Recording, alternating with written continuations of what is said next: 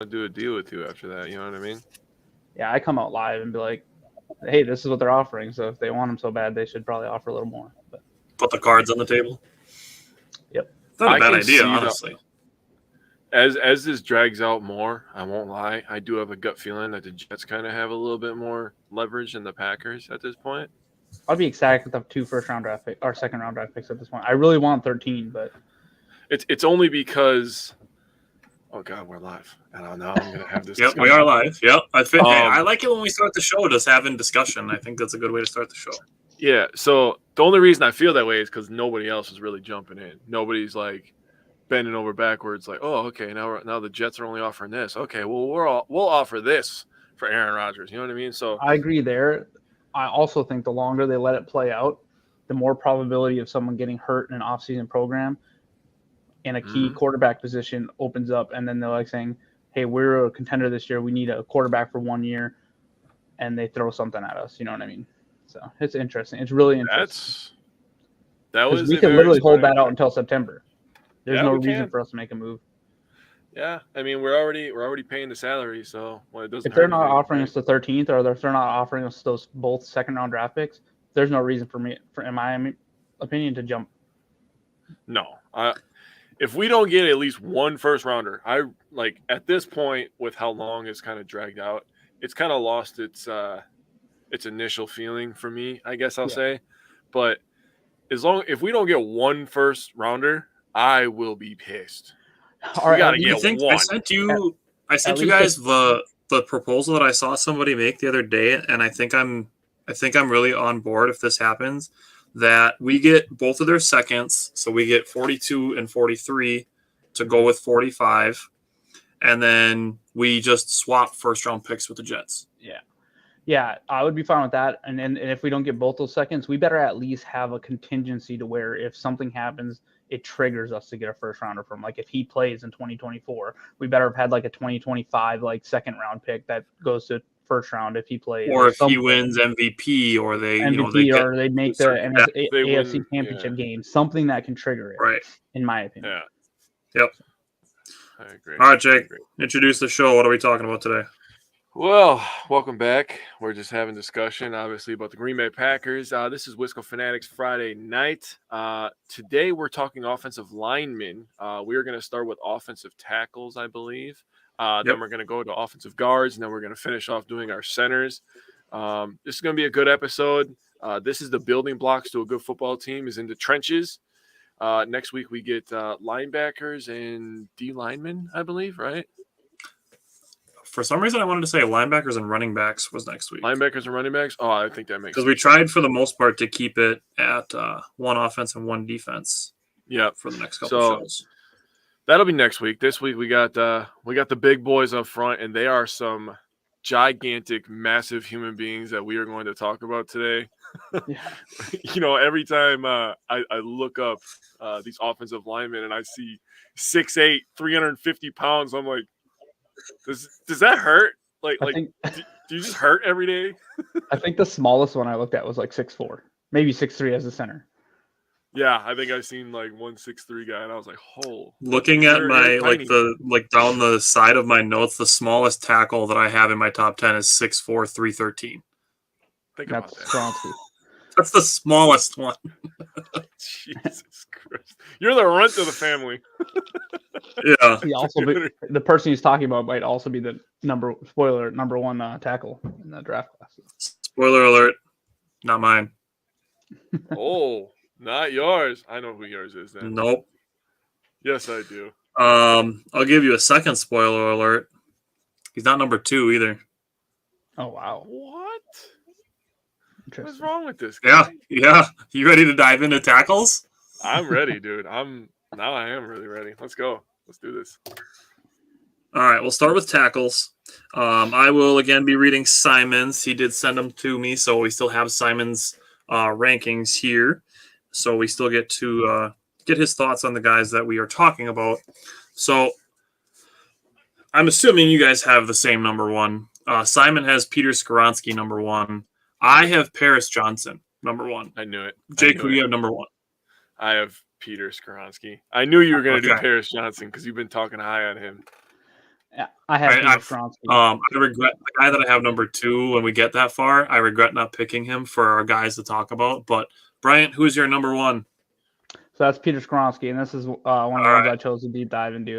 And what I really like about Yep. him is he's an exceptional athlete, and he's has really high football intelligence. So the best thing, I think he probably has the best technique in the tackle class, which is why at 6'4", 313, which people might look at as undersized as a left tackle, why he's still number 1 for me. His hand technique, which, if you can get your hands in the right spot on a rusher or anything, you're going to win the majority of the time. He thrives in that, and that's both in pass and run blocking. Next after hands is really the footwork, and make sure we see David Bakhtiari do it all the time, right? How he kicks out or that weird stance he has, like his footwork make him a really good tackle. So for Skronsky, he really fires off the snap. He keeps his pad level low and he's explosive. So he also keeps a wide base and allows him his balance, right? So he can't get pushed off of balance. So he can't just get ran over. He does have the one thing that's a knock on him is his limited length. So you have, like Rashawn Gary, for instance, when you watch him rush to the passer, his arms are flying around, he's swatting down. And so Skronsky could struggle with that a little bit but I think he can add some more strength to help deal with that. So if he can add a little bit more strength and size on that, that's probably going to help with a little bit of the shorter or the limitations he has with his length. So yeah, but Peter Skronsky is my number 1 because I just love his technique. So.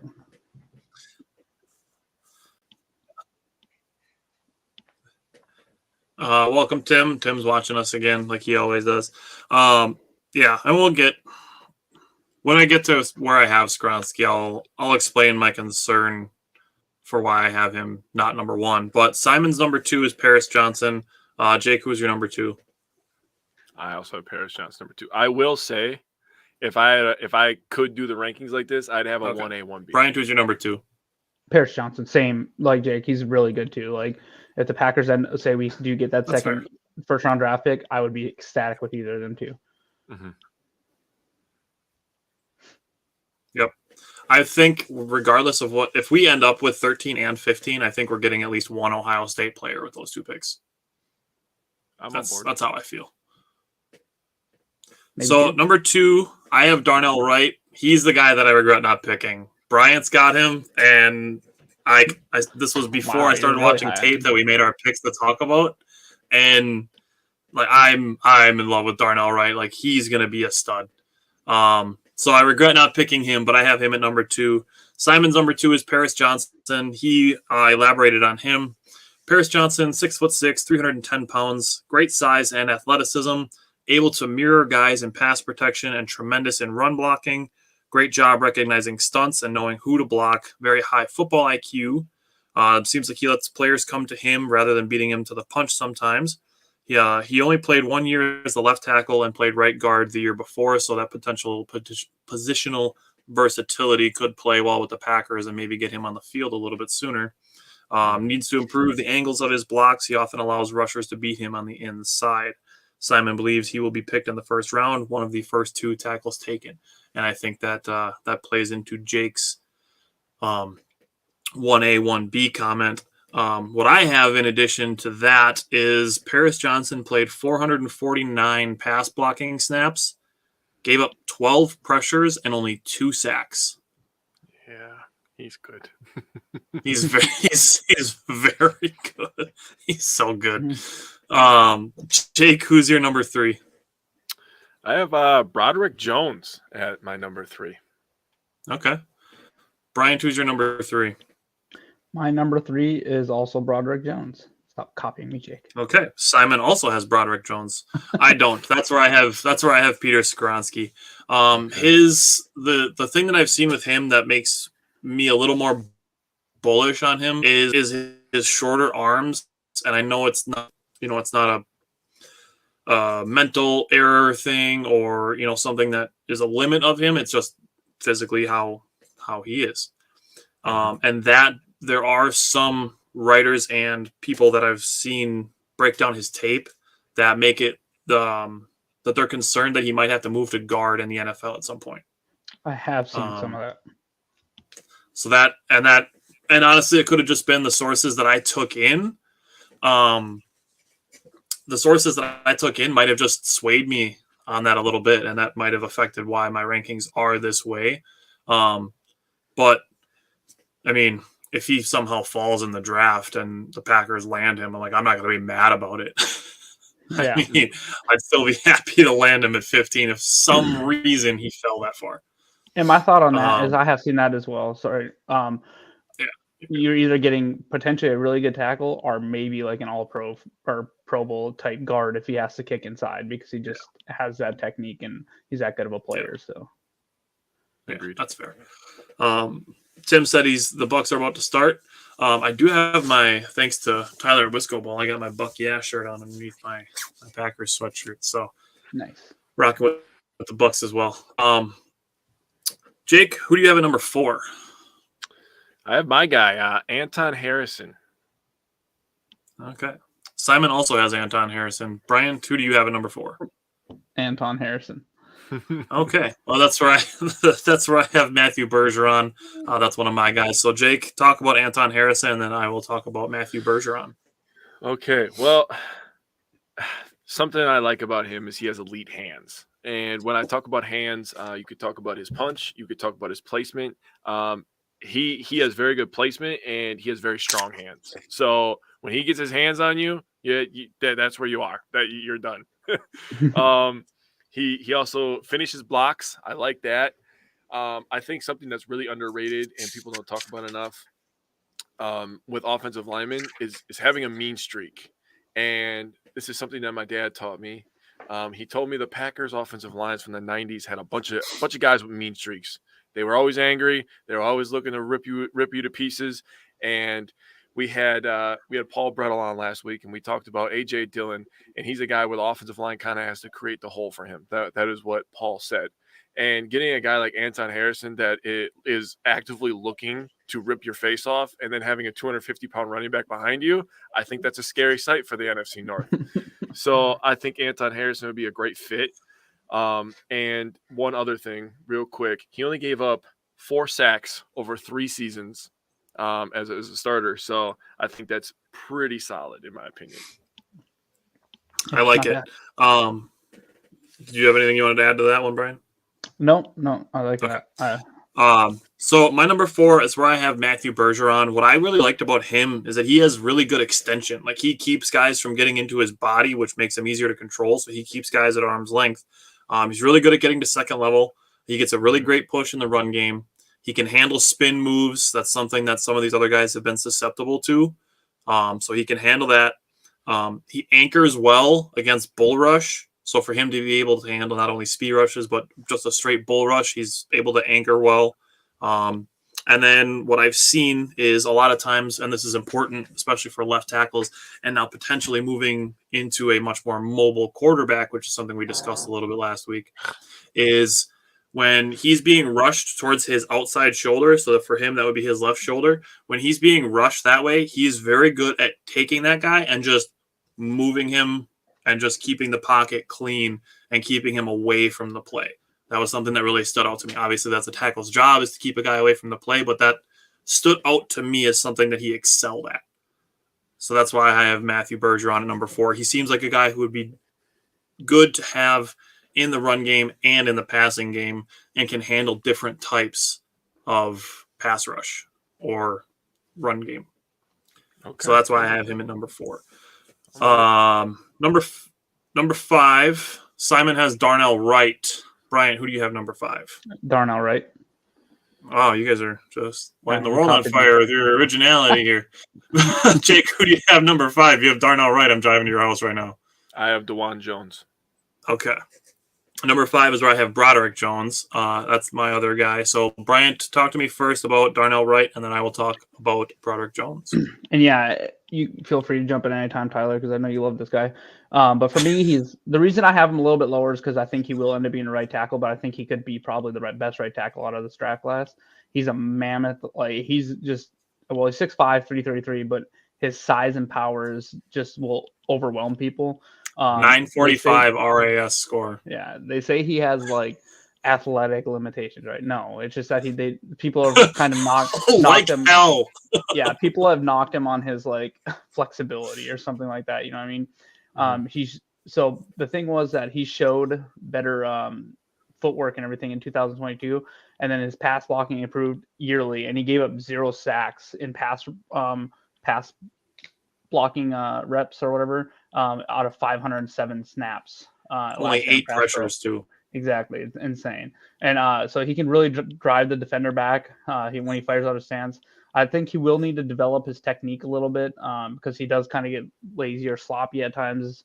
From what I was reading, but like he's just everything that like I've seen that people were trying to knock him for was all things that are fixable or will be coached at the next level, like hand technique and remaining, engaged and playing through the entire play. So this dude played over 2,700 snaps in college at left and right tackle.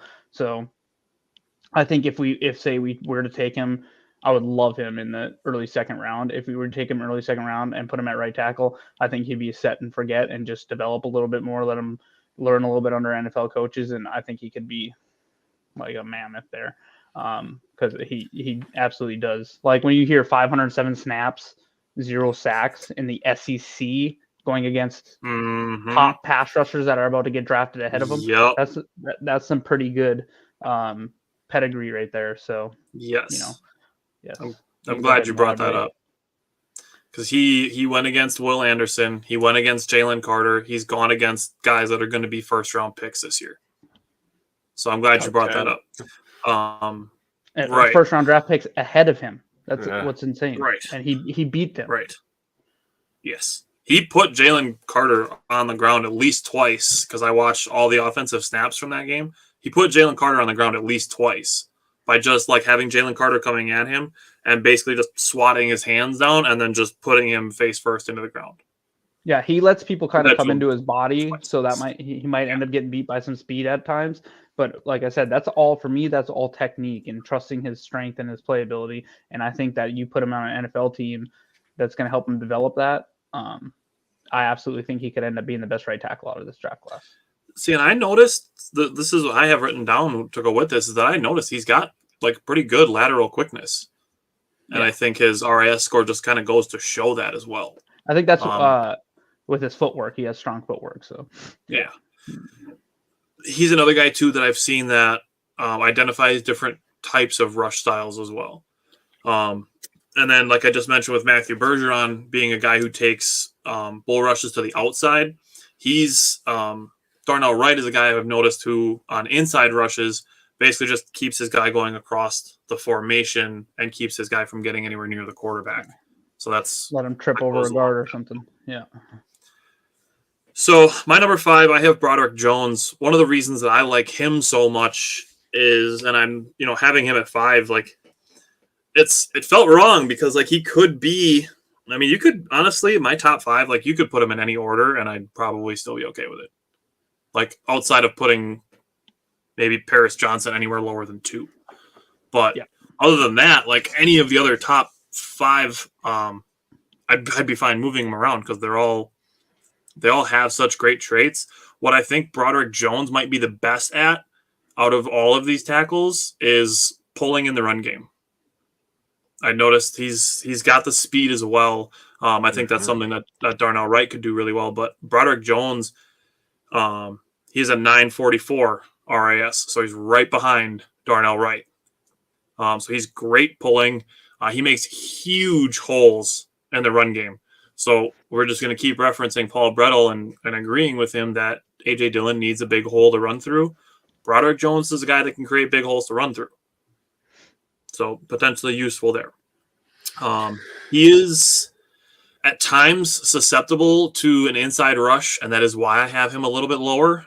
But he does seem to recover well. It's just that initial getting beat, it does happen. It seems like he's almost a little too eager to get to the second level. And that's where it kind of makes him a little susceptible to getting beat on the inside rush is what I've noticed. But he does have great speed. So if he's a guy that you can maybe line him up at right tackle and you can bring him across in a pulling and have him as a lead blocker for A.J. Dillon, he's got the speed that he could stay out in front of Dillon and just lead him down the field. So I do really like Broderick Jones. Number 6 is where I have Anton Harrison. Number 6, Simon has DeJuan Jones. That's his other guy. Jake, who's your number 6? I have Cody Mauch. Okay. Bryant, who's your number 6? Matthew Bergeron. All right. Bryant. Jake, talk about Cody Mauch. Mauch? Okay. I don't know if it's Mauch or Mauch or Mauch. I just been saying Mauch. I think it's Mauch. I really do. All right. So the first interesting thing about this guy is you look at his photo, right? That's the first interesting thing, and he's missing a bunch of teeth right away. So also I'm looking at this guy with his no It's teeth like in a his long hair. prototypical offensive lineman from North Dakota State Like, University. From North right there. Dakota. Yeah. Right. That's And, it like, right there. If you look at the other ones aside from Billy Turner, that's what they look like. I'm thinking like, all right, this guy ain't afraid to mix it up. So then as I'm reading and collecting more information, I find out this guy came into college as a tight end at Mhm. 221 pounds. So you start watching the film and you can see the light feet and the athleticism, and I think he could be a monster in the screen game. And we know the Packers like to run a lot of outside runs. He could be a monster leading the way on an outside run, right? Just because of his athleticism and ability to play in open space. So I think that's why I have him a little bit higher than you guys, because of the play style that the Packers like to run. A jet sweep. Imagine a jet sweep to the right and he's leading the way. He has the speed to get up to the linebacker, so Christian Watson can turn that corner, and now he's one-on-one with a safety. And, at that point, you kind of just say night-night, right? Yeah, That's he the doesn't care Chicago if he's Bears. losing teeth in that position. No mouth guard. He's just out here. Yeah, I just think it's impressive. His feet, his hands, his total body transformation, and I think that he actually has the frame to add a little bit more weight if he really wanted to. He's got good long arms, I think. So we'll see what happens with him, but I have him a little higher than you guys because I like his athletic ability on the outside. So to add to your point, 877 RAS. Okay. So pretty solid. What I saw too, and as Badgers fans, this hurts a little bit, but we know that the reports about him have been fantastic, is he had several really good reps against Keanu Benton at the Senior Bowl. Yeah. So for a guy like Keanu Benton to be, just moving up draft boards, and then for Cody Mauch, I will watch a video to find out how to say it right. But for him to be able to put up several good reps on tape of him going against Keanu Benton, to me, did stand out. Yeah. Benton's not no small fry either, so. No. Number 6 is where Simon has DeJuan Jones. That's his other guy. DeJuan Jones is this year's Caleb Jones. He is a mammoth human being. He's 6'8", 374 pounds. He has the longest wingspan in combine history. Oh, wow. Yep. Thank you for bringing that up. I appreciate that because I have that written down. I didn't see that stat. That's Simon's exact notes, absolute mammoth of a human being. So apparently Simon and I were thinking the same things. Simon said his size is going to create problems for rushers, has very long and powerful arms, allowed 0 sacks, 0 hits, and had the lowest pressure rate in the FBS. Dude, did you That's watch awesome. his film? Did you watch his film at all? I'd watched some of it, yeah. I didn't watch Dude, every single video of it. But He is fucking devastating in the run game. I'm actually pissed that I didn't take him. I would have got rid of Cody. what I have written in my notes is that he initiates contact in the run game. So he's taking the fight to the defense in the run game. You can't weigh 374 and not bring the fucking punch, dude. That's all I'm gonna say. so big. So Simon also has crazy good run blocker and has the power to run through any defender. His foot speed is sort of lacking, and it impacts his ability to recover on blocks. Played at right tackle the last 2 years. Mhm. I mean, when you're 6'8", 374, I understand your foot speed being a little slower. Yeah. Hey, as long as nobody touches my quarterback, I don't care how big or how Yeah. Yeah, slow right. they are. It's because of his size. I think he struggles a little bit with probably speed rushes and stuff like that. But if you can get him to work on that technique, yeah, he's a mammoth of a human being. Mhm. Just an absolute monster. Bryant, who do you have number 7? Number 7, I believe, is where I have DeJuan Jones. Yep. So just one lower. All right. Jake, who do you have number 7? I have Darnell Wright at number 7. I'm not as high on him as you guys are. All right. 7 is where Simon has Jalen Duncan, and that's where I have DeJuan Jones. Number 8, that's where Simon has Matthew Bergeron. That's where I have Cody Mauch. Bryant, who do you have number 8? Cody Mauch. Jake, who's your number 8? I have Blake Freeland. Okay. Oh wow. Number 9, that's where Simon has Cody Mauch. Number 9, I have Jalen Duncan. He does have a 946 RAS, so potential value there. Bryant, who's your number 9? Jalen Duncan. Jake, who's your number 9? I have Matthew Bergeron way down here. Oh, you're low on my guy there. All right. He's a waste Number bender. 10. Number 10, that's where Simon and I both have Blake Freeland. Bryant, who is your number 10? Blake Freeland, huge human. He just needs to add some weight, I think. Yeah. He did have a 982 RAS, so another potential value there as well. Jake, who's your number 10? So I'm just gonna tell you guys, my number 10 on all my list is a guy that I think will be drafted in the 4th or 5th round. They have all the tools. They just need to sit on the bench and get coached up, which obviously Green Bay is very good at coaching up offensive linemen the last couple of years. So I have Tyler Steen. He's a guy that I think, he has all the tools. Like I said, just needs to, be coached up a little bit to reach full potential. I think he could become a very valuable backup. Okay. I like that. I like that approach. You guys ready to move one step inside?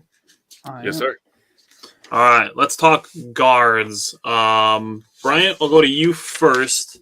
Give me your number 1 guard. I have a feeling we're all going to have the same number 1. Osiris Torrance.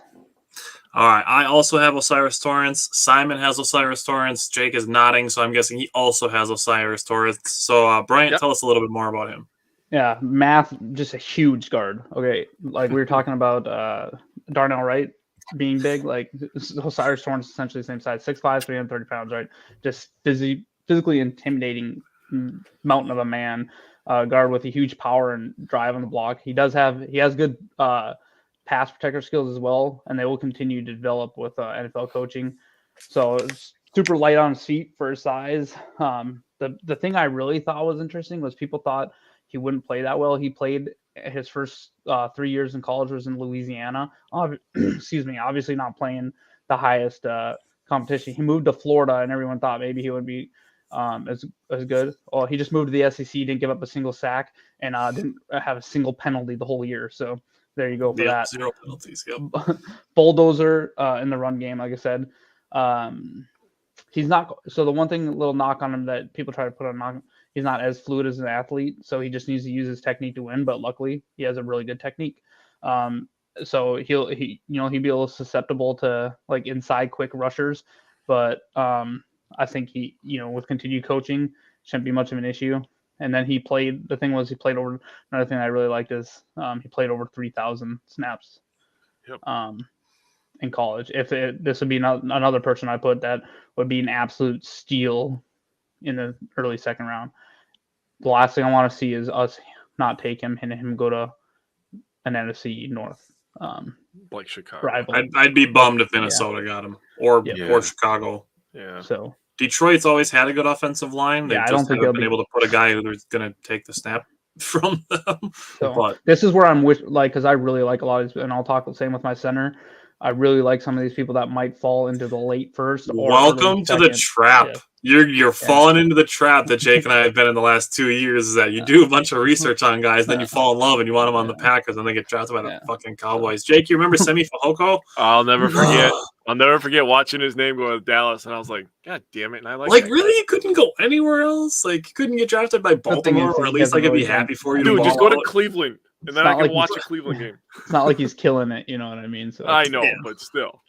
Well, I mean, we drafted him like the 6th round every year. Yeah. Or every mock draft that we did, we picked him. We always the one that I was happy about last year, and it turned out is pretty much every mock draft I do last year. Sorry, we're going off a little topic. Was Zach Tom, and we ended up taking him, and look at what he's done. Mm-hmm. Like I was drafting Zach Tom nonstop.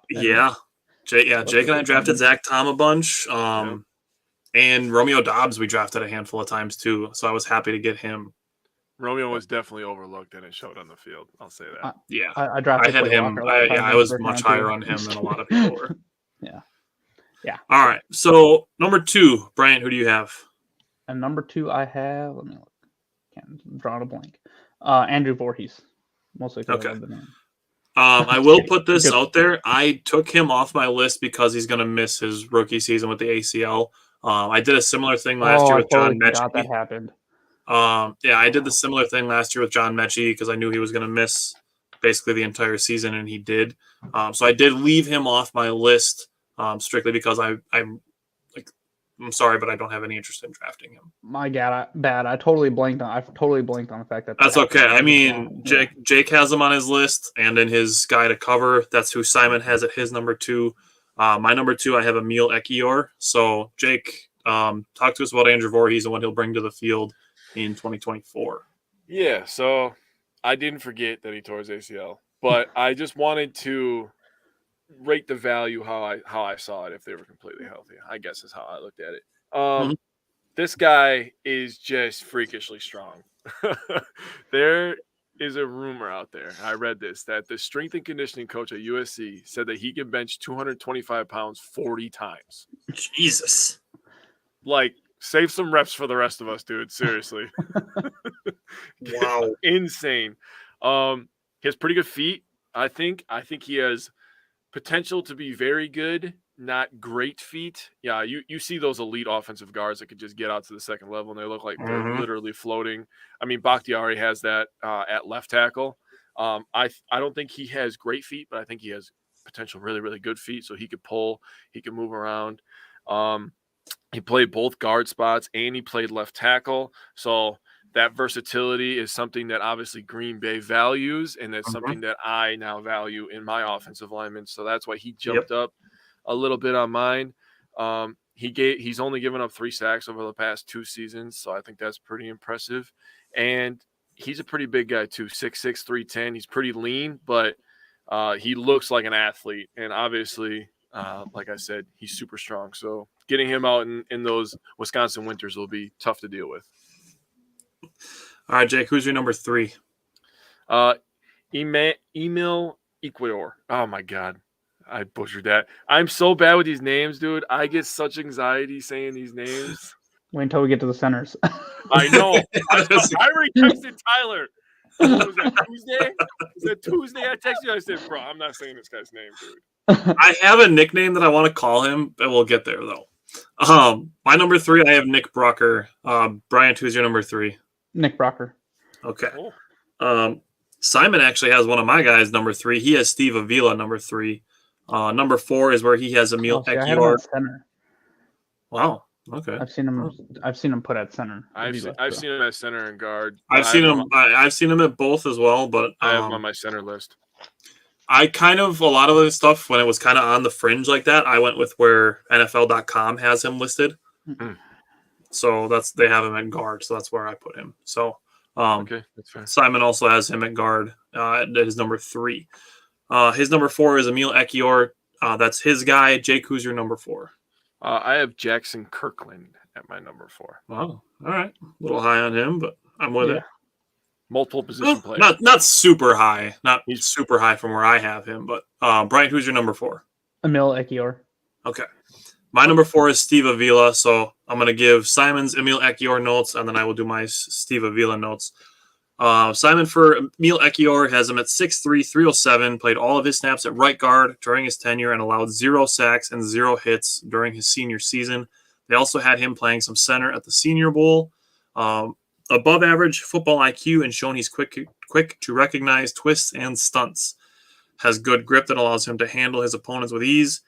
Does have some balancing issues and needs to get stronger in his lower half. Lacks the ideal size and length along the interior and possesses limited range as a lateral blocker. That's probably part of the reason why they have him taking some center reps. Then you have the guys working on both sides of you to help you out.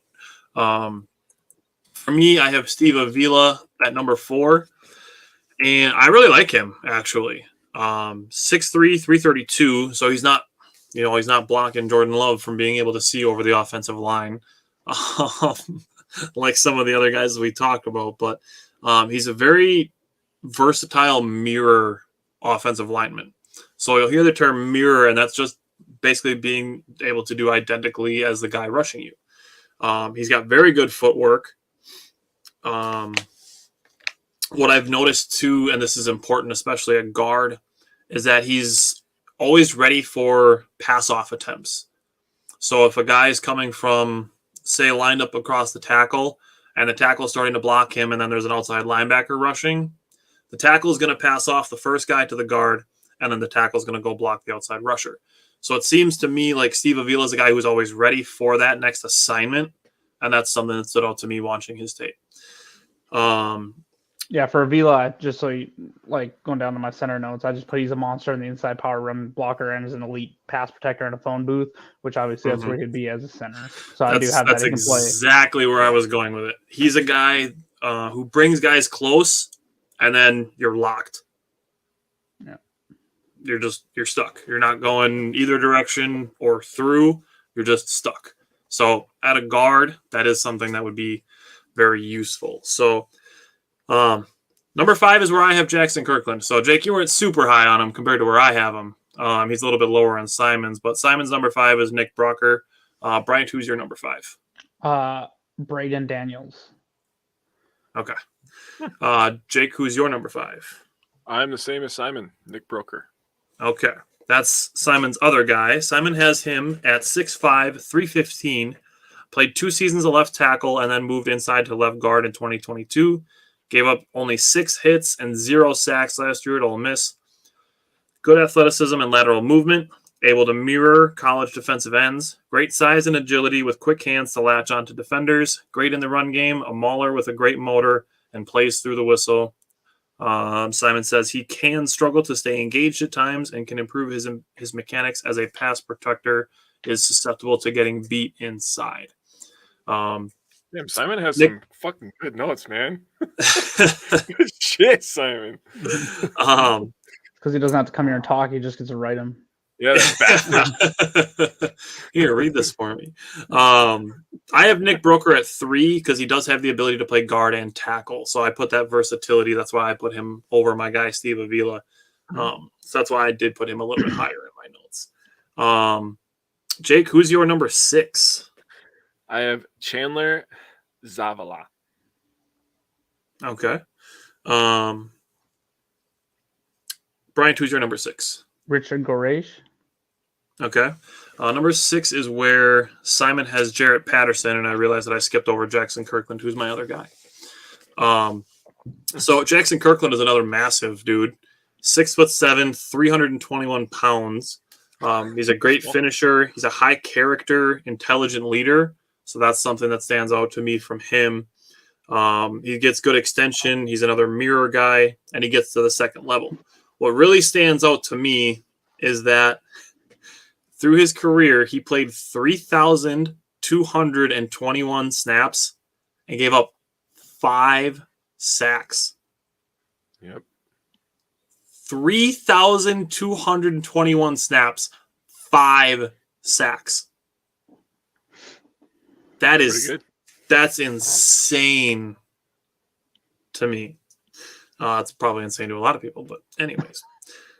My number 6 is John Gaines. Jake, who's your number 7? I have my other guy, McLennan Curtis. I also have him at number 7. Number 7 is where Simon has Chandler Zavala. Bryant, who's your number 7? That's where I have Jackson Kirkland. I was a little lower on him. I think it's just like his size at guard. I was just like, this is awkward. He's so big. But he does, has smooth. He's got good pass blocking skills, and so I do like Jackson Kirkland. I'm just a little lower on him. Alrighty, Jake, talk to me about McLennan Curtis. So I'm gonna say this. We brought up Zach Tom before. This is the Zach Tom of this draft, in my opinion. Those tweets people say, "You are a Milwaukee Buck," or "You are a Green Bay Packer." When I look at McLennan Curtis, I say, "You are a Green Bay Packer." He looks like a Green Bay Packer offensive lineman to me. Over his career, 2 sacks, 10 hurries, 6 quarterback hits. That's it. That's all of it. That's not a lot. That's very fucking good. He also finishes. He has a mean streak, and he's a very smooth mover for a big fella, in my opinion. He just, like I said, man, I just get this feeling every once in a while. This is the feeling I'm talking about, Bryant, when Tyler was talking to you earlier. I looked at him, and I was like, this guy's a Packer. The Packers are drafting this guy in the 4th fucking round, so just get used to it. Okay, McLennan Curtis, everybody sign up. I actually had him as my 11th because my one concern with him is the level of competition he played at Chattanooga, right? So okay, timeout. Last year, I did this with Christian Watson. Tyler can attest to this. I literally did this with Christian Watson. I had him as my number 11 wide receiver, to be exact, just like you do with McLennan Curtis. I said, I just didn't like that he played against FCS opponents. And look at what happened. I was completely wrong. I hope we get him then, and you're 100% right. I just don't want him in the 3rd round. It's got to be 4th round. Yeah, he's a 4th round guy. 5. He is the Zach Tom this year. I'm telling you. I feel it. I'm with it. I have it in my notes as well that he can play tackle, so I'm totally with it. What's up, Greg? We're just talking some offensive linemen. We did tackles. Now we're moving on to guards. And then after guards, we're going to go all the way to the middle with centers. So number 7 is where I had McLennan Curtis as well. Number 8, I have Jordan McFadden. Simon, number 8, has Jackson Kirkland. Jake, who's your number 8? My number 8 is Caleb Chandler. Okay. Bryant, who's your number 8? This is where I have Chandler Zavala. Okay. Talk about Chandler Zavala. Chandler Zavala, good size, 6'5", 325, natural power at the point of attack with good agility and speed to get to the second level. I really like my offensive lineman to have good knowledge of the game. He has good knowledge of the game. He'll read the play as it develops, and so he can create some good combo blocks. Another thing is he plays with good leverage. A huge thing on the offensive line, right, is leverage and balance. So that's a good thing for him.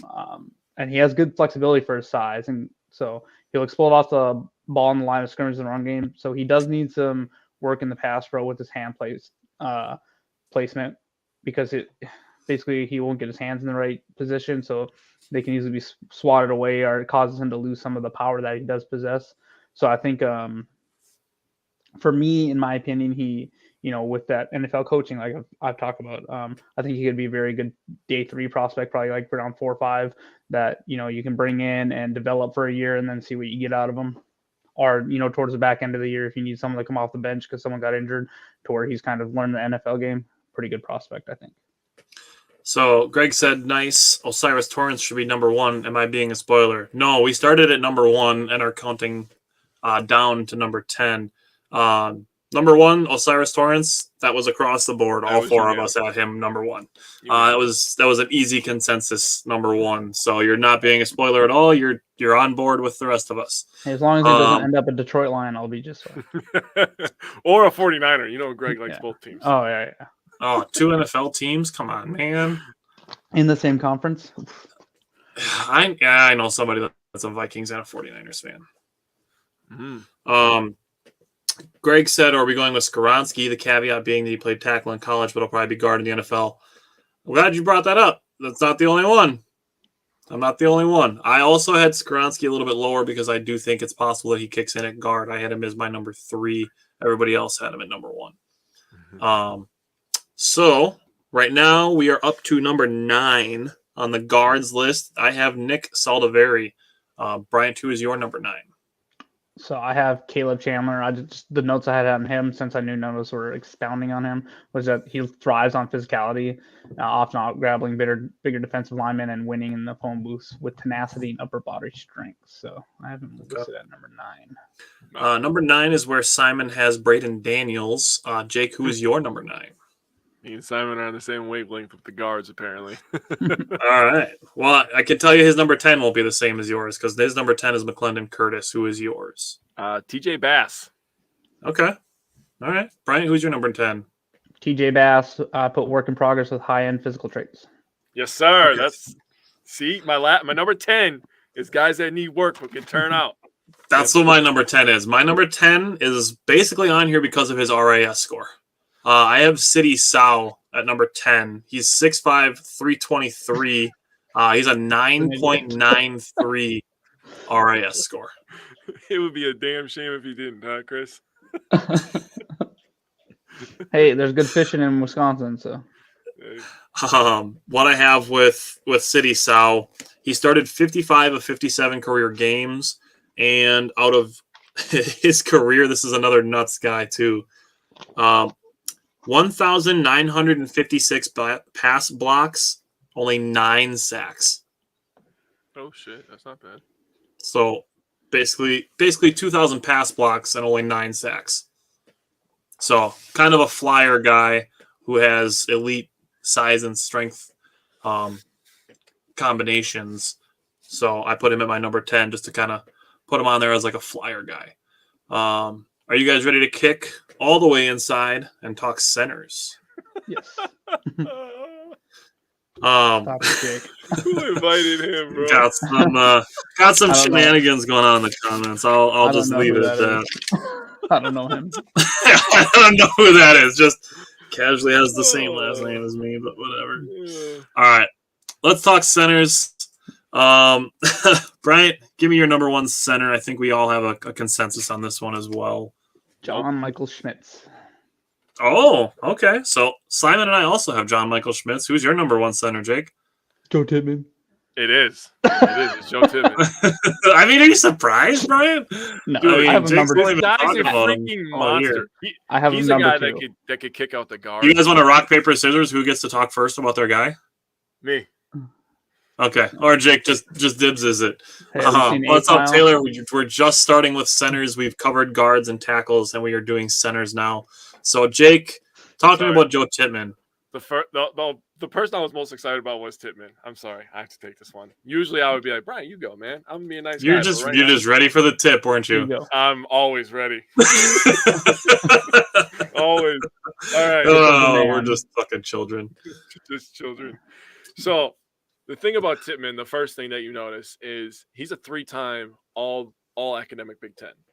So that The tells first thing you I noticed was that mullet he was rocking, but yeah. Yeah. go for it. Well, that helps too. I already went with the looks aspect, so I had to change it up for Tittman. But he's a 3-time all academic Big Ten, so that tells me that he's super smart. He understands the ins and outs, X's and O's, whatever the hell you want to call it. He was on Bruce Feldman's freak list. He was number 28. He squats 635 pounds. He benches 455 pounds. And he had a 1.65 10-yard split. That would have been the fastest of all offensive linemen at the combine this year. Oh, by the way, he's 6'6", 320 pounds. It's a big dude. Yeah, he's huge. He squats 635 pounds, dude. And he's coming at you full speed. Like, what are you doing with that? So, Trying. Taylor summed it up pretty well. yeah, dear Lord, I agree. This guy, he's a typical Wisconsin guy. He's big, he's strong, he looks like he, grew up on a fucking farm. He's smart. Yeah, I already brought up 3-time academic. Yep. But the thing that and I might be biased here, you can call me out in the comments, I don't really care. I think Wisconsin started the polling center. I am blanking on his name. He went to the Dallas Cowboys. Travis Frederick. Travis Frederick used to be fucking phenomenal at it. He used to do it in college all the time. He brought it to the NFL. Joe Tittman also polls as a center. That is some freakish athleticism at 6'6", 320 pounds when you can pull your freaking center. Now imagine I like it. Imagine you run a play where you pull your center and your guard at the same time, and one of them is 6'6", 320. He benches 455 pounds, and he's coming at you at 15 miles per hour. Imagine the Packers are able to land Joe Tittman and, say, Broderick Jones and having those two pulling for you at the same time. Well, You just, like, anybody in the NFC North, you might as well just never play a 3-man front because your defensive backs will be getting destroyed. Bro, it's about to go down. All I know is Joe Tittman is a fucking freak athlete for his size, and to go along with that, he has as big of a brain. So that's why he's my number one. All right. This is, and we don't do these huge, but what I've seen Joe Tittman described as is like a high IQ Josh Myers with more upside. Huh. Okay, I'm with that. I mean, it's not a bad comparison, but Not at all. Yeah. So Taylor, the one thing you can count on is that if you miss us, we're always here Wednesdays and Fridays. That's true. We will actually be having shows every Friday leading up to the draft. So, and we are going to stream during the second round and the third round of the draft this year too. So we'll see. Maybe someday in the future we'll get nuts and we'll stream day 3 as well. But Right now, we're just doing first, second, and third rounds. Yeah. All right. So Simon has number 1, John Michael Schmitz. I have number 1, John Michael Schmitz. Bryant has number 1, John Michael Schmitz, and that's the guy that he picked for center. Yeah, so he's 6'3", 301 pounds. So he's not nearly as big as Joe Tippmann, but this is for me the most pro-ready center that there is in the draft. He's extremely talented in the run game. He's going to be he's an elite run blocker. He's going to be a elite blocker for a run-heavy team. He's good in the pass pro as well. Mm-hmm. Good at team blocks and patient. He's well balanced. So his football intelligence, and the thing that I really like for him and why I think he'd be so valuable for Green Bay is because he makes all the calls for his team. If Jordan Love, who's coming in as a quarterback, that is going to be, and when he's not a rookie, obviously, but this will be first year starting, to have a center that can make those calls would be super valuable. So he puts an offensive line essentially in a position to win. He will struggle from time to time getting on the second level of blocks, but I'm not like super concerned with that as our center. You want that, but it's not like my main concern. If he can maul the guy right in front of him, then we'll have one of those guards do the job. So another player that has a little bit of lack of length. So if you're rushing him, you can beat him on either side possibly, but overall he's got really good technique. So I put that he should be a plug and play center that will continue to develop. I think he'll likely go in the first round, towards maybe the mid to late first round, and then it'd be a steal in the second round. So I see that people like the Jets, Pittsburgh have been having visits with him and stuff like that too. So okay. I mean, if the Jets are going to pick him at 13, that'd be awfully early, but that'll be our pick anyway, so we don't have to worry about that. Yeah. The other things that I noticed with him, he's fast. He's got some speed to him. He's a little bit lighter, so that helps. One other thing that I noticed with him in the run game is he does a great job of getting his back to the hole, so that it's harder for defenders to get to the ball carrier. Mm-hmm. A couple comments. Greg said, "Great draft breakdown, guys. I'm impressed." Hey, that's what we're here for. We like doing it, and Jake and I, this is our third year doing draft prep. I think it gives us a better knowledge of the league as a whole. I really do. Definitely more familiarity with the players and the skill sets that they came into the league with. So I do think that that's a big part of why we continue to do it. And then we can also talk when the guys are drafted by the Packers. We kind of know something about them, and we can tell Packers fans then, what we're getting and why these guys were picked. Chris said, can't wait to watch Minnesota move up for Levis or Richardson for him to flop, or to reach for Hooker at 23. Draft should be fun this year. Yeah, don't draft Levis or Richardson, because I actually like them, and I don't want to not have to like them. The Vikings are drafting a corner, 100%.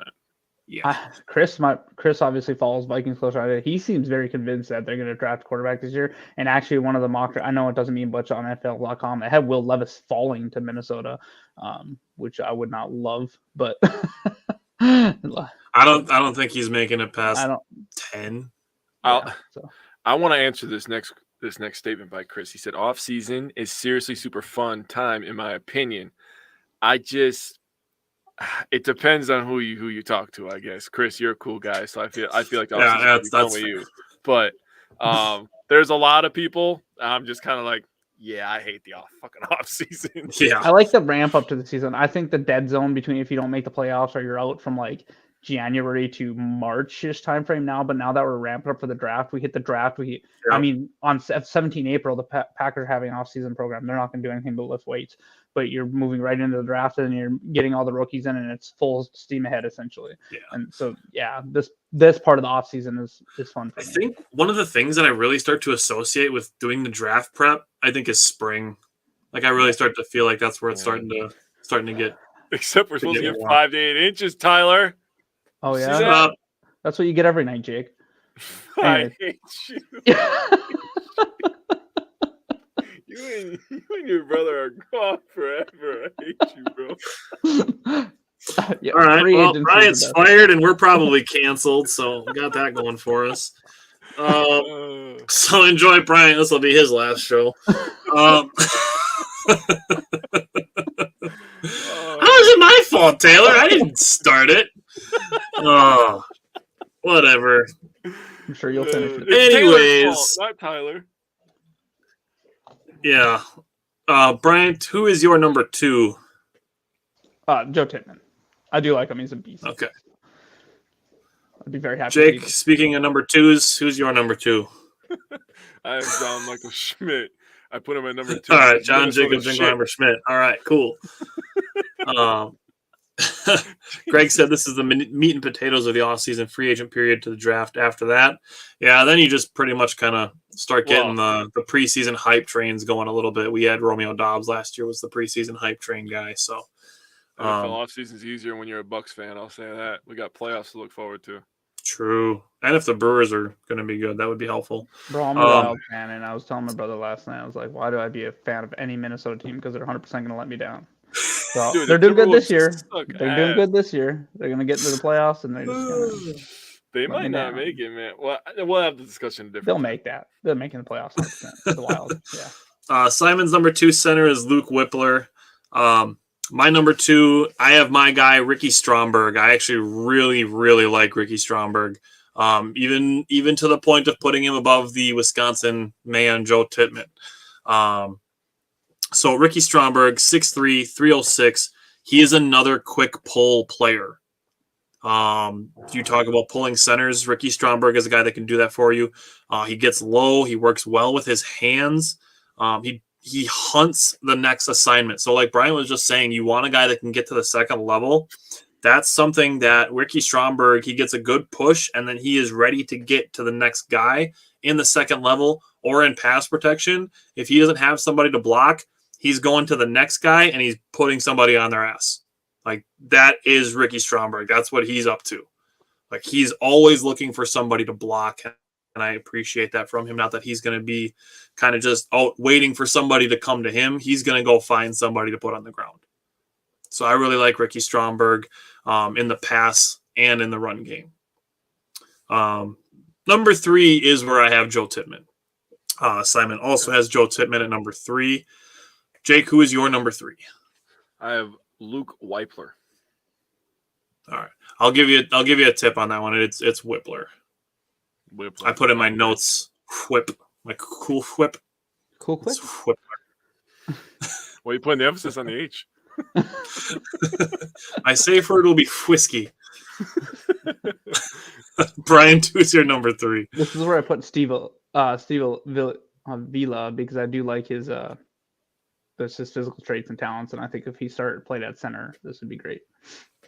Yeah, he's definitely got the tools to do both, so I'm totally on board with that. Number 4 is where Simon has Olu Oluwatimi. I just want to call him Olu. Olu. I'm with that. Olu. I like it. Rolls off the tongue. It's fun to say. Makes him sound Hawaiian, but it's still fun. Jake, who's your number 4?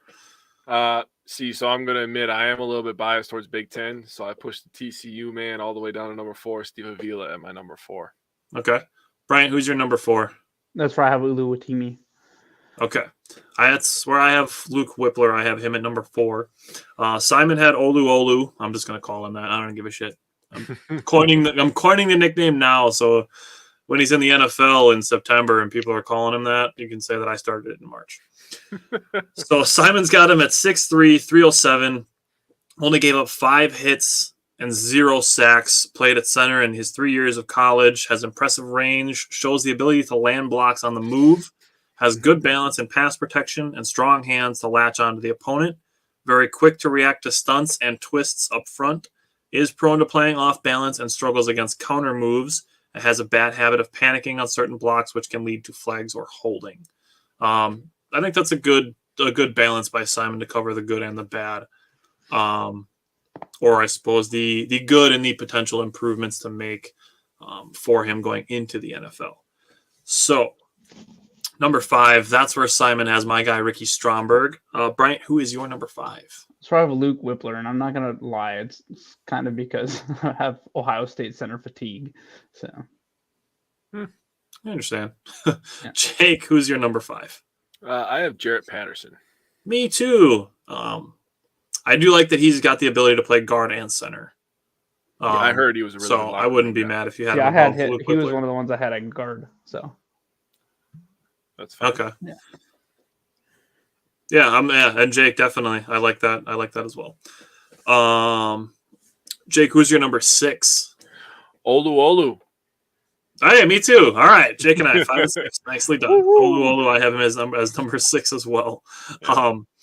Brian, 2 is your number 6. So I have Ricky Stromberg. Okay. Simon has Juice Scruggs as his number 6. And Simon and I have the same number 7. We both have Alex Forsyth. Jake, who is your number 7? I have Warren Erickson. Okay. Brian, 2 is your number 7. That's where I have Juice Scruggs. For him, I put that basically as a solid all-around, but not elite in anything. So I think he could be a good player. I almost wanted to put him in there just because of his name. I love his name. His name is so awesome. He's got the juice. Jake likes a guy called Juice. I mean, what was it? What was it last year? Last year you liked Smoke Monday. Dude, lit name. There's a guy. Yeah. There's a guy that plays corner, I believe, corner or wide receiver. He's a skill position guy for Alabama who has a freaking sick name. Hang on, I can find it. Keep right. going. I'm gonna find this real quick.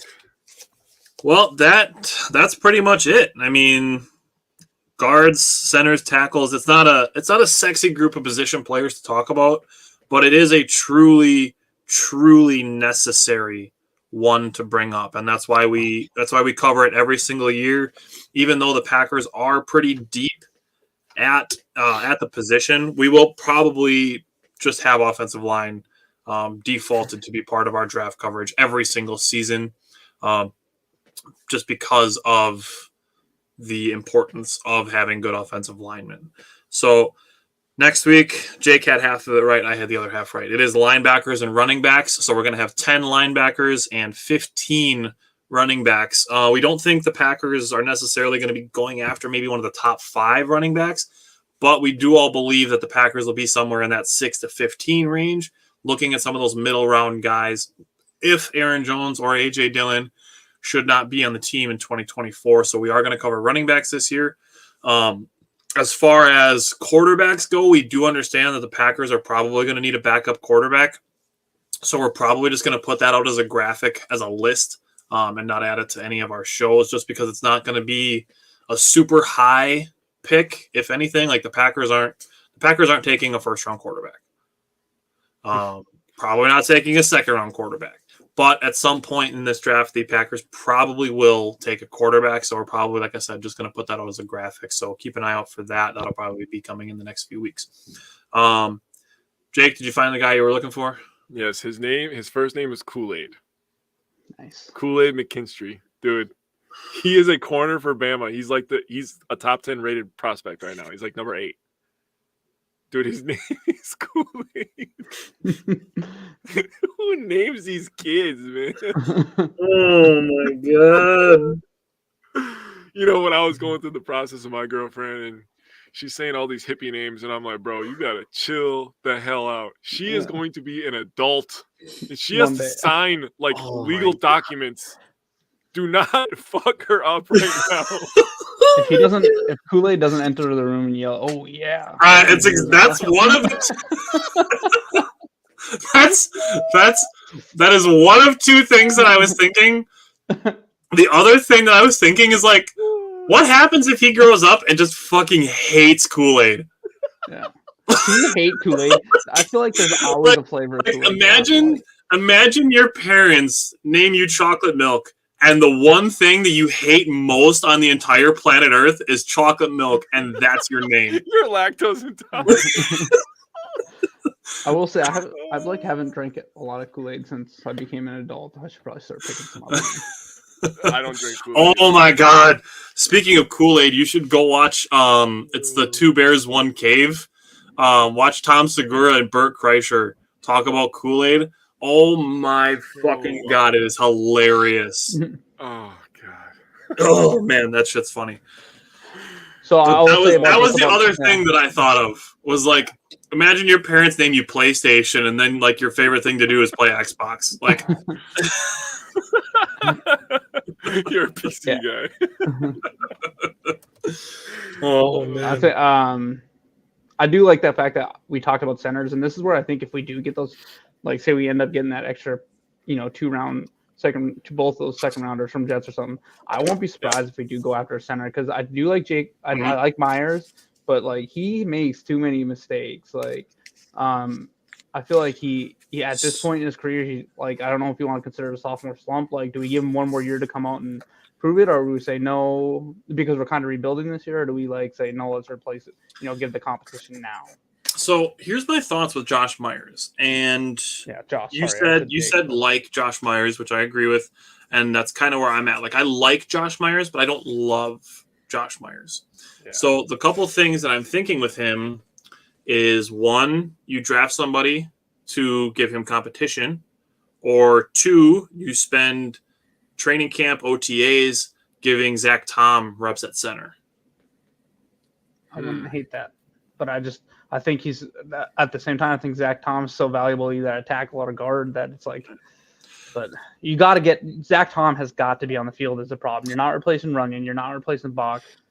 So that here's the thing. You're not replacing Jenkins. So that leaves right tackle and center.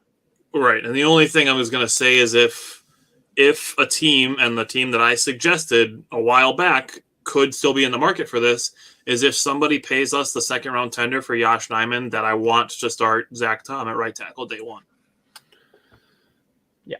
All right. I'm going to put my idea out there on live camera right now. No, Jake, you're not playing for the Packers. No, I'm not. After the Packers get rid of Devontae Adams last year, they're getting rid of Aaron Rodgers this offseason. We think still. I don't know. Who the hell knows what's going on? Next offseason, they will be getting rid of David Bakhtiari, and Zach Tom will be the new left tackle. Bakhtiari has a $40 million cap hit next year. $40 million. And he didn't work with him to restructure anything. So, but historically, he hasn't done that. Yeah, $40 million for a guy that's going to be, 33, I believe, 33, 34? Yeah. That's a little ridiculous, especially if the Packers don't have the season that they think they're going to have with Jordan Love. And they want to go. They just want to do a full rebuild at that point. Little, 3-year rebuild. Throw in Zach Tom in the picture. I think that's what's going to happen. So I'm not totally against Zach Tom because we can obviously draft a new left tackle next year at center. But I would prefer him at left tackle because we've already seen that he can have success out there. Right, and I think, like I said, I would agree with Bryant. Regardless of where it is, he needs to be on the field. So I still think the Kansas City Chiefs are maybe that team that is willing to give us a second rounder for Yosh Nijman. God, I would love it. I like Yosh, but I would love a second round pick in return. Like, just imagine could you imagine going to the draft with 4 second round picks if we got those from the Jets, ours, and like someone paid for Yosh? Like, that gives you so much flexibility all around the draft. It'd be insane. That would give the Packers 5 top 63 picks. Somebody did the value of the draft picks, and the value of the 2 second rounders is actually really, really close to the pick. It's like the number 19 is what I saw.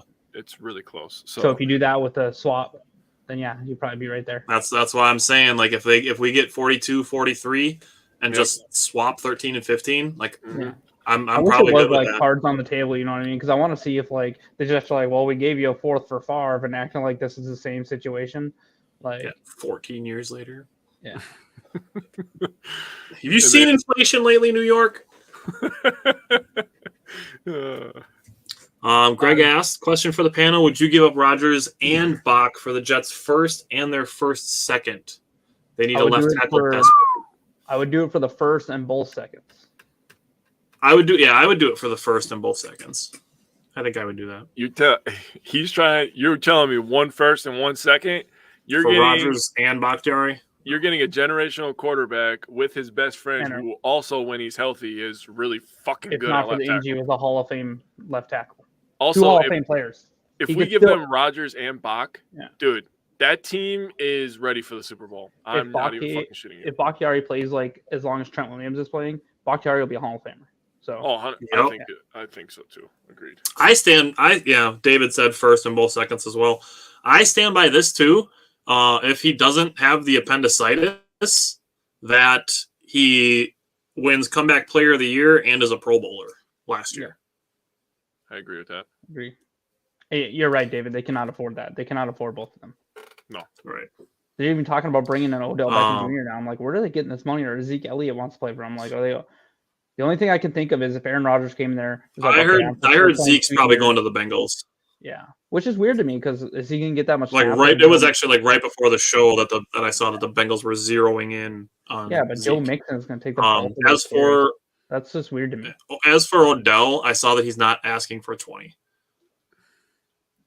No. Oh heck no! There's no way. Chris said Zeke is a joke. I've said basically since he was drafted that he was a product of his offensive line. Yep. Look at what he's gone down every year ever since they paid him. I think Dak Prescott is in the same boat. His yards per carry has gone down every season. His everything's gone down. His yards per game has gone down every season. Yeah, Zeke is well, he went to Ohio State. They went on that massive run. They won the title. He got drafted number 4. Then he went to another gigantic market with the Cowboys. He scored some touchdowns. He was a product of the media, in my opinion. Yeah. And then I actually don't hate Dak as much as a lot of people. I think Dak. I don't hate Dak, but I don't think he's a top he's mid 8 quarterback. Yeah, I want to be clear. So Zeke is a really good our running back and was in his prime.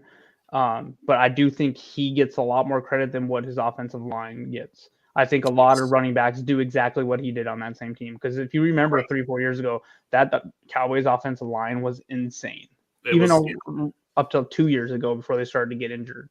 Yeah. So, well, Greg, I understand your point, and that's very important to be good on 3rd and shorts, picking up 3rd downs. It's not called the money down for a reason. But are you going to pay a very good 3rd and short running back, freaking $8 million? It's fucking ridiculous. Also, for the Bengals, do you want Joe Mixon on the field right now on 3rd and short, or do you want Zeke Elliott? Like, I guess I don't understand that sign. They're probably cutting Mixon. You think they're going to cut him? Yeah. They got to sign Burrow, Chase, and T. Higgins within the next 2 years. Their cap is about to be fucking ass. Yeah, they're Burrow's getting a bag. Why wouldn't they have cut him already? Bag, dude. Burrow's going to reset the market. Why wouldn't they have cut him already? Is my question. They don't have to. They can wait. He might be a post-June 1st cut, but I don't think he's playing for the Bengals next year. Chris. Pollard did a lot of work the last 2 years, and Zeke would be getting the touchdowns. Yeah. Pollard's been better than Zeke for sure last year, and I think towards the end of the year prior. Yep, I agree with that as well. Pollard is a freaking monster, dude. Hopefully he comes back full from his torn ACL. So he tore his ACL, right? Yeah. So. All right. Anything else you guys want to throw out there about offensive linemen? No, I can't. I really hope we grab 2 early in the draft. No one in the 3rd round. I feel like we should trade it. Like if the Jets want to pick back for us to get their 1st round pick, tell them they can have our next 6 3rd round draft picks. I don't care. We do not draft in the 3rd round. Like who's our 3rd round scout? We need to fire them. Fire the 3rd round scout. And don't hire his assistant. They're both blind. It's Maurice Drayton. Oh boy! Oh no! That was a cheap shot. I'm sorry. I'm sorry. that was a low blow. I'm sorry.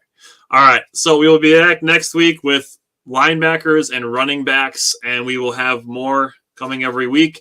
We will be sure to post our each individual lists as well as our consensus. Top 10 tackles, top 10 guards, top 7 centers. So be on the lookout for those. Thanks everybody for tuning in and for the kind words. We do appreciate it. I think that is arguably the most rewarding part of this is seeing people enjoying the things that we're doing and hopefully maybe even learning something, which is not necessarily where we thought we'd go with that, but we enjoy doing the draft coverage because we do think it gives us a better knowledge of the league, and hopefully we can pass that along to those who are watching and commenting along. So, hey, real quick, one last thing, because I feel like we'd be remiss not to mention good signings by this week. Few of those special teams players and bringing Hollins back. So, I agree. Don't sleep on those draft. It's been every year. Dude's found a couple players that are just on the garbage heap or whatever you want to call them that absolutely excel on our team. So I love it. For sure. All righty. Bill, you have a good night as well. We will see you guys next Wednesday and again next Friday. So tune in again next week. Yes, sir.